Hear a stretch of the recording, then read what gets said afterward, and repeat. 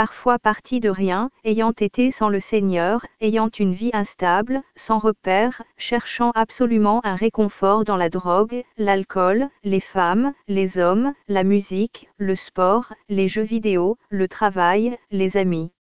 Mais sans réelle paix, nous cherchions désespérément des échappatoires à cette vie devenue fade, sans intérêt.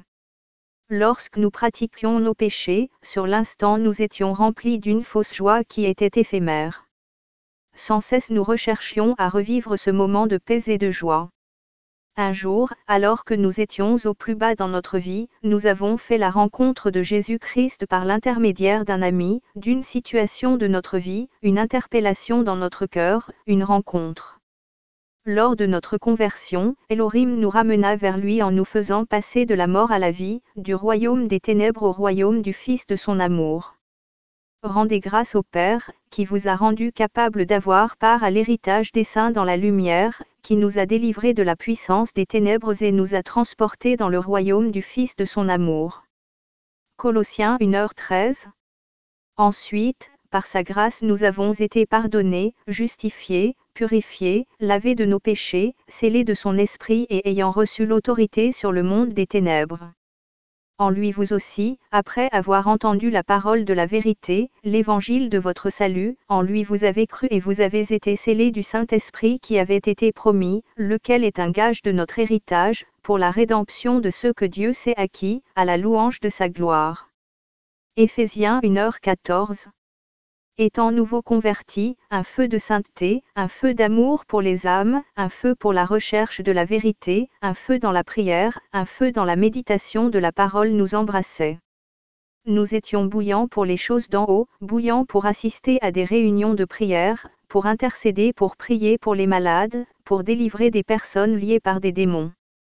Le Seigneur par sa grâce nous remplissait de son esprit, par divers dons, à cause de notre obéissance à la parole de Dieu, nous étions bénis spirituellement, personnellement. Le Seigneur nous donna un lieu paisible pour vivre, des moyens de locomotions, une femme, des enfants. Ayant reçu des bénédictions de la part du Seigneur, parce que nous regardions seulement au royaume, non aux choses de ce monde.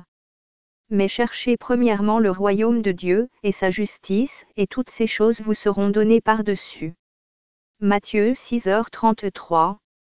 Malheureusement, le cœur de l'homme est mauvais, si nous ne veillons pas sur lui, il nous détournera de celui qui nous a tout donné. Beaucoup malheureusement font preuve de satisfaction spirituelle, c'est-à-dire qu'à un moment, ils estiment que ce n'est plus la peine d'évoluer. Qu'ils sont arrivés au point où ils voulaient être. Sauf qu'en tant que chrétiens, nous ne nous appartenons plus, nous appartenons au Tout-Puissant. En tant que chrétiens, nous sommes embarqués dans un train qui est en permanence en mouvement, en permanence en déplacement. Un train qui peut prendre des collines ou des routes calmes et plates. Si un jour dans notre vie, nous décidons que nous sommes arrivés à un point où nous avons accompli ce que nous souhaitions, le Seigneur, lui continuera sa route, cette route qu'il avait prévue pour nous. Ne savez-vous pas que votre corps est le temple du Saint-Esprit qui est en vous, que vous avez reçu de Dieu, et que vous ne vous appartenez point à vous-même. 1 Corinthiens 6h19. Comprenons que nous ne nous appartenons plus à nous-mêmes et nous devons vivre notre vie selon la volonté du Seigneur et non selon notre vision de la vie. Beaucoup avaient bien commencé leur mission avec le Maître mais très peu à cause de la séduction, de la satisfaction, des difficultés, finissent dans la gloire. Repentons-nous et examinons-nous nous-mêmes afin de ne pas être séduits. Jésus-Christ revient bientôt.